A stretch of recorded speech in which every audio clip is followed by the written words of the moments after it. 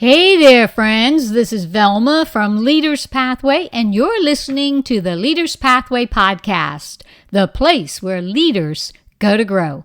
Now, let me ask you something.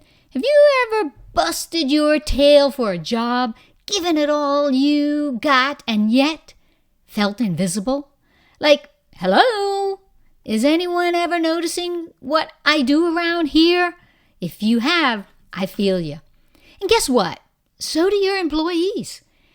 And that, my friends, is what we're diving into today. Because this isn't just a work problem. It's a heart problem. Y'all, it's February. Valentine's Day is coming up, and we know what that means. It's the season of love, overpriced chocolates, and those giant teddy bears no one actually knows what to do with. But let's be real for a second, my friend. How does love work in the workplace? No, I'm not talking about that awkward coffee romance thing going on. That's a whole other podcast. I'm talking about feeling valued, feeling seen, feeling appreciated.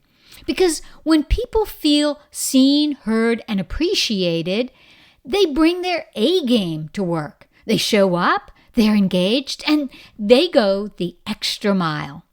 But most leaders miss this. Not because they don't care. Oh, they care.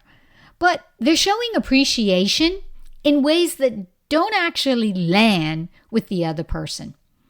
Let's talk about my friend Teresa. Well, because that's her real name. Teresa had a rock star employee named Jake. Super talented. But one day, she noticed something. Jake was checked out, late to meetings, quiet in discussions, dragging his feet on projects. Now, Teresa, she was frustrated. She's thinking, I pay this guy well. I tell him good job all the time. What more does he want? Have you ever felt that way? But then Teresa watched. She noticed that Jake never really cared about those compliments. Instead, he was always the first to jump in and help a struggling teammate.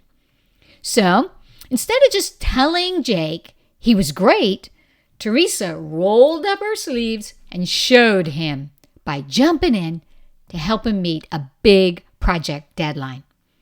And y'all, it was like flipping a switch. Jake's energy was back, his productivity shot up, and suddenly he wasn't just working hard, he was lifting the whole team up with him.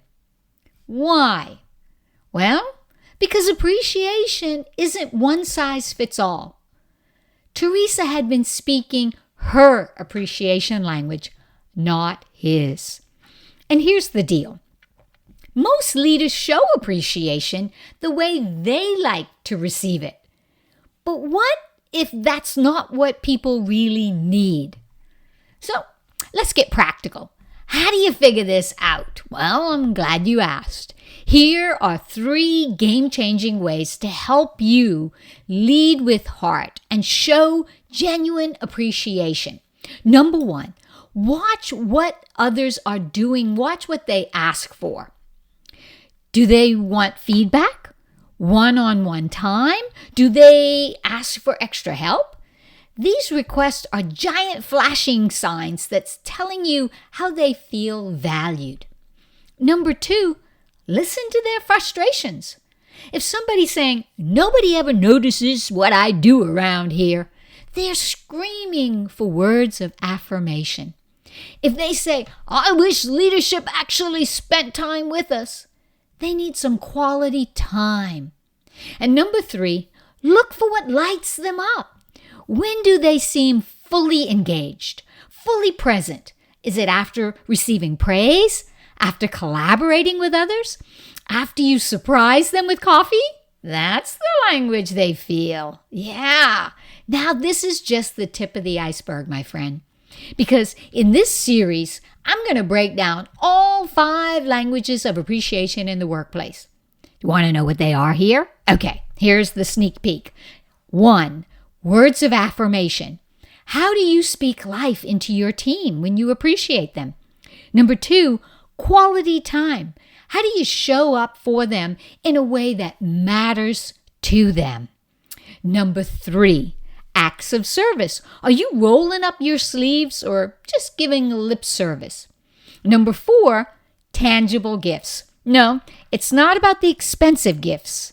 It's about the thoughtful ones. And number 5, physical touch. Yep, this is a thing. And in the workplace. And no, we're not talking about those creepy workplace hugs here, okay? Over the next 5 episodes, my friend, we're going to dive into each one of these languages of appreciation with real stories, practical takeaways, and maybe a few leadership aha moments that change the game for you and your team. And listen, if you're thinking, wow, my team needs this, then let's make it happen. I'm a certified facilitator of this game-changing workshop, and I'd love to bring it to you and to your workplace. Because appreciation isn't just a feel-good thing. It's about results. It's a results thing. You'll see more engagement, more productivity, more loyalty. And you get to be the leader who sets the tone, not just for the team, but for every leader around you, including your leader. Because when you lead with heart, my friend, people show up with everything they got. So here's your next step. Read the blog. Share it with a leader who needs to hear this, and let's book a workshop or keynote that transforms your team into an appreciation machine, because this is a matter of the heart. Well, all right, leaders, that's it for today. Thanks for hanging out with me. Hit subscribe.